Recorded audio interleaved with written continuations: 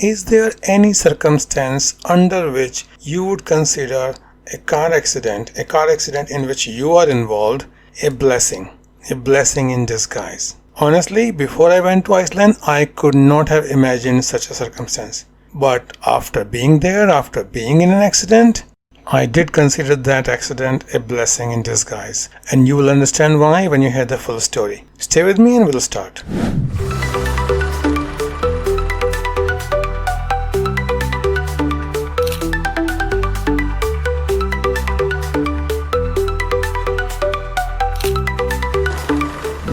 Hello again, this is Sunny and you are watching Sunny Escapades. We are talking about my trip to Iceland in the winter, and we were talking about the part where we had a car accident. So if you remember, we left our lead characters in a ditch, sitting in the car in the dark waiting for a tow truck to come and rescue them. And if you don't remember that means you have not watched the first part of this accident story. This was like the fifth part, but the accident story was the first part. So I would suggest that you subscribe and ring that bell thing so that you don't miss these excellent adventures of mine in foreign countries. So in short, we had an accident, car went off the road, we had no stepney, we called for help, and then we were waiting for it. While we were waiting for it, we were trying to figure out how we are going to get out the next day, because next day was our flight. So about 8:30, when it was completely dark, it was snowing, the tow truck arrived on the scene, and the person from the WhatsApp message who was communicating with us through this whole thing, he told us that the tow truck is behind you. He's behind you. So I did not need to be told, because we could see that the flashing lights in the mirrors. And if life had background music, it is at this point that the background music would change from something sinister and foreboding that was playing so far to something more optimistic.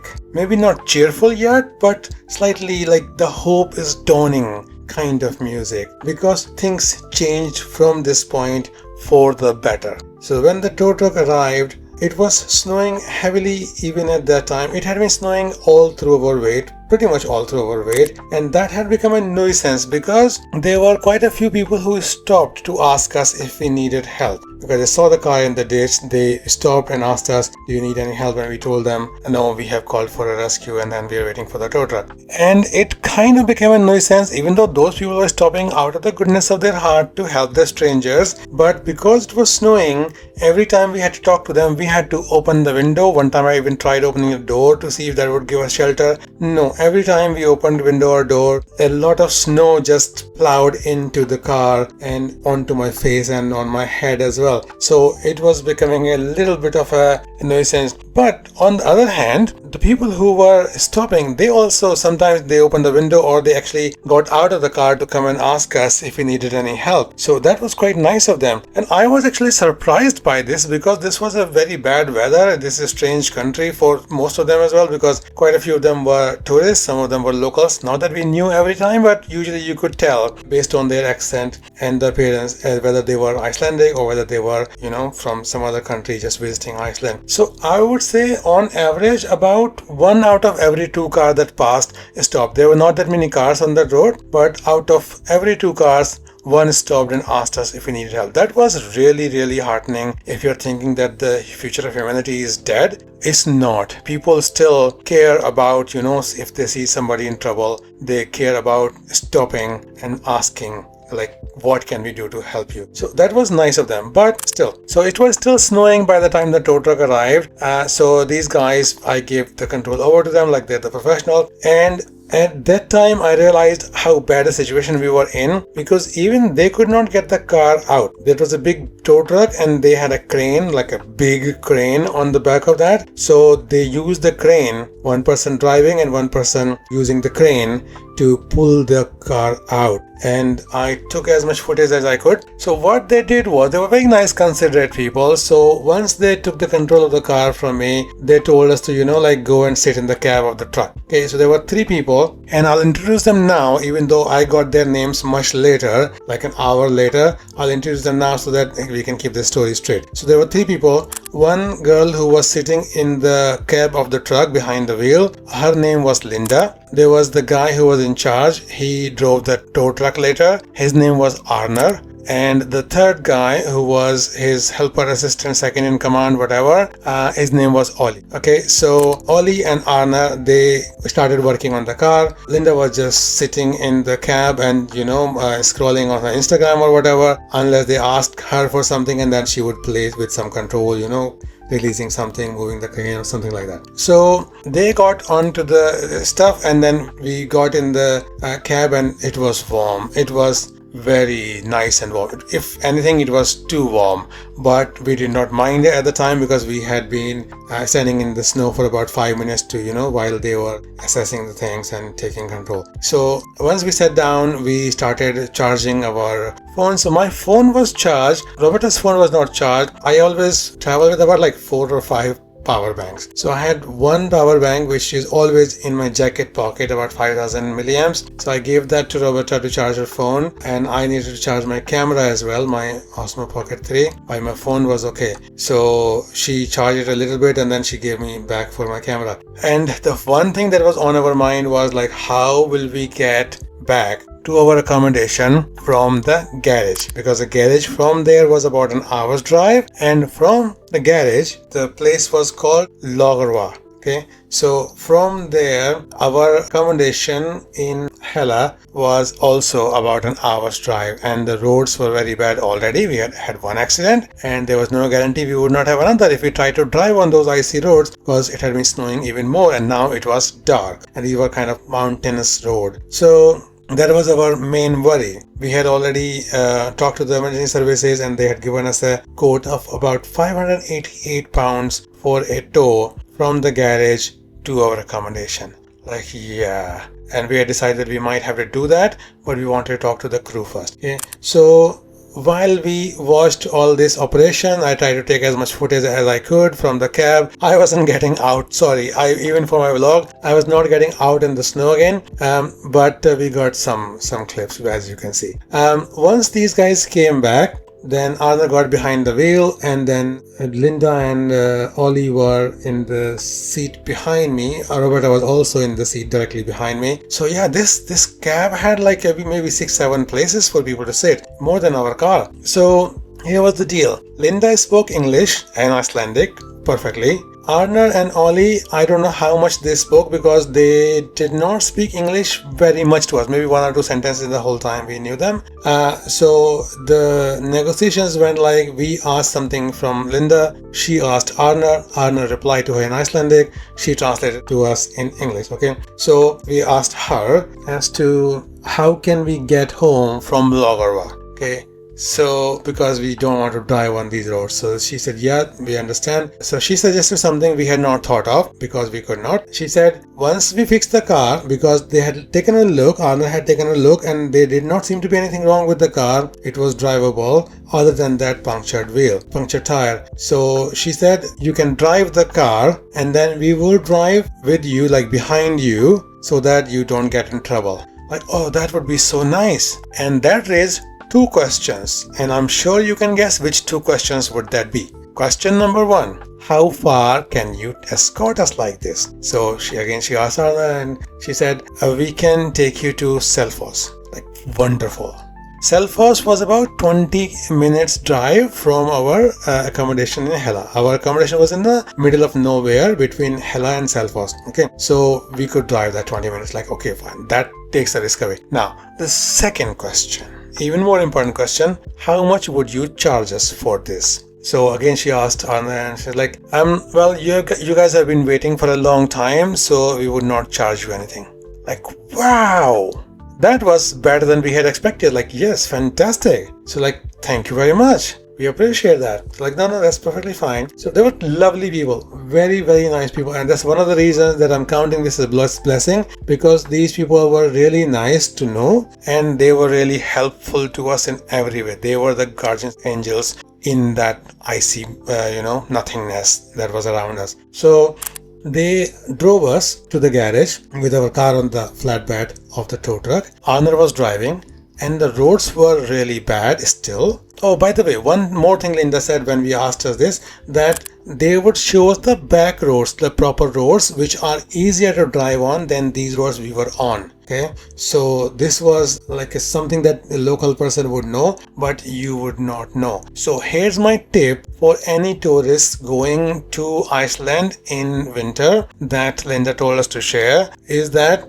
if you are going from Hella or Selfoss side to Gullfoss or the Golden Circle, do not put the Golden Circle in your sat-nav. If you want to find the back roads, put Laugarva on your sat-nav. So it's Laugarvatn. Yeah, it's like Laugarvatn, but they pronounce it Laugarva. So you put Laugarva in there, and when you get close to Laugarva, then you put the Golden Circle, your actual destination. So it will take you through the back roads, which are nicer roads. And she was right, they were slightly wider roads than the ones that we had the accident on. But even on those roads, we would not have made it. So I could see Arner driving, and he was driving like a cowboy. So big truck, heavy truck, lots of snow, lots of ice on the road. Oh yeah, he was just like driving like a rally driver. But he was very confident. We did not have any issues. So you can see from the footage that how bad the condition was and how much snow was still coming down. From there, it took about an hour. The sat-nav was saying 38 minutes, but it took about a full hour to get to the garage. Okay, so we got to the garage, they took the car in, still snowing quite heavily, and we got into this little room, which was their office kind of room. And I think garages all over the world are the same. So they have a lot of crap lying about, a lot of junk. There were some sitting spaces, but there were lots of stuff piled onto a sofa as well. So Linda sat down to scroll on her Instagram, and Ollie and Arner went back to work on that. So I went in there to take some footage as well. And one thing that we could do was to, there was a bathroom, so I could use the bathroom there as well, which is like, it was not glorified. It was just like a very simple bathroom, kind of clean enough, but nothing fancy. But that was still much better than the ice, where I had to go twice already during our 2.5 hour wait. What can I say? It was cold and I was quite nervous after the accident. But after this, so we did not have any, worries, because we knew that they would help us out to get back. So after the car got fixed, it was just a tire. They checked it out. There was nothing, no issues. Then they proposed a solution to us, which was different. They said Arnold could drive our car, and he could obviously drive faster than I could on those roads. And we could sit in the back of the car, and Ollie would come in their car, follow us, and then when they dropped us in Selfoss, he could pick them up. So they said, like, will that be okay? I'm like, yeah, of course that will be okay, because I would not have to drive on those icy roads, and we'll make good speed as well, so we'll get back to the accommodation in a good time. So like, okay, yeah, sure, that's fine. So because they were so nice to us, I said, well, can we give you a tip? And we did not have any cash. So I said, can we do this with the card machine? Like, yeah, sure, fine. You can do this with card machine. So we give them some money for, for all their trouble and for their kindness. By the way, I should make it very, very clear here that they did not expect it. They did not, from their behavior or their language or anything, they did not show any inclination that they expected anything, like they expected us to pay anything or tip them anything at all. So this was just me. I talked to the Robertas like we should. They're helping us out. They're saving us so much money, and they're saving us so much trouble. Literally saving our lives, basically. So this was from our side. They did not hint at anything or anything like that. Okay, that's why I said wonderful people. So from there, that was like a luxury ride after that, because Robert and I sat in the back of the car, and Linda and Arna sat in the front. Arna drove, and we just chatted with them. We talked about the Northern Lights. In Laugarva, they had been Northern Lights like a couple of days ago, not a couple of days ago, like last week. So Linda showed us pictures on her phone, and we asked questions. This question I had asked before of Linda as well in the cab of the tow truck, and we asked again with Arna being a experienced driver as well. He was driving slightly in the middle of the road, and so I asked about that.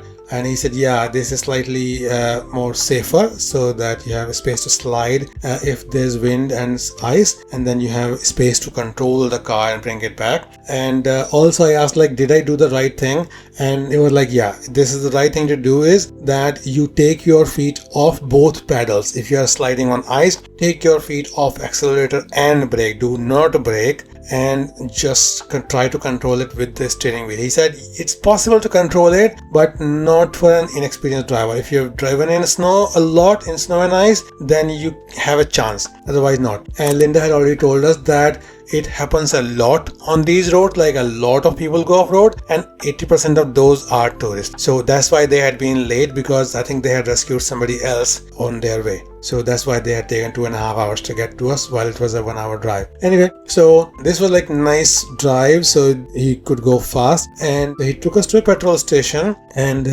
they left us. And because we were so happy to be rescued, to be safe and alive, and not having to spend another 600 quid for the tour, that I asked them, can I take a picture with you? So we took a selfie with them as well. Lovely people. I do need to remember what their company name was. I'll find out and put it in the description. But yeah, so when we got there, yeah, I had to call him, as in when he was further away, like, where's the key? So he told us like a key's in the pocket or something like that. And then next day we realized that they had left their tow truck key in our car.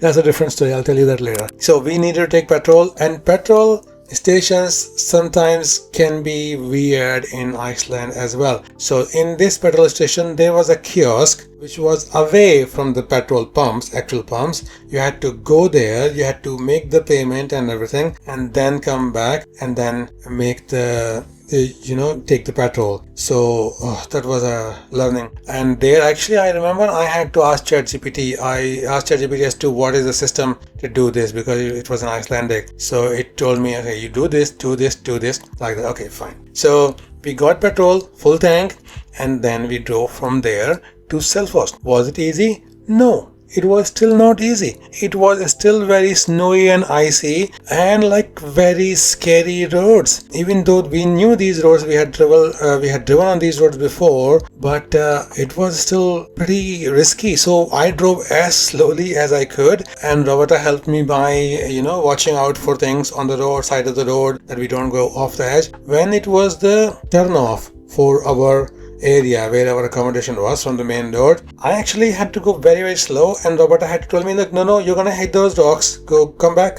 So I had to reverse and then go turn more, because you could not see in the visibility at night in all that snow. You could not see very clearly. So thankfully we got to our accommodation safely, and then I could be nervous and I could tremble as much as I wanted, because we were okay now. It was about 1:30 in the morning. So yeah, that was an experience, and I don't think I can cover as to why this was a blessing, because we learned a lot in this. Okay, so there were so many life lessons to learn, practical and philosophical lessons to learn, but I think I'll cover that in a completely different video. I do want to mention that this accident served as a cautionary tale for us for the next day. When we were driving the 2-hour drive to airport, to the Keflavik airport from our accommodation on those snowy roads, that accident helped us a lot, because we had learned the lessons that saved our life the next day as well.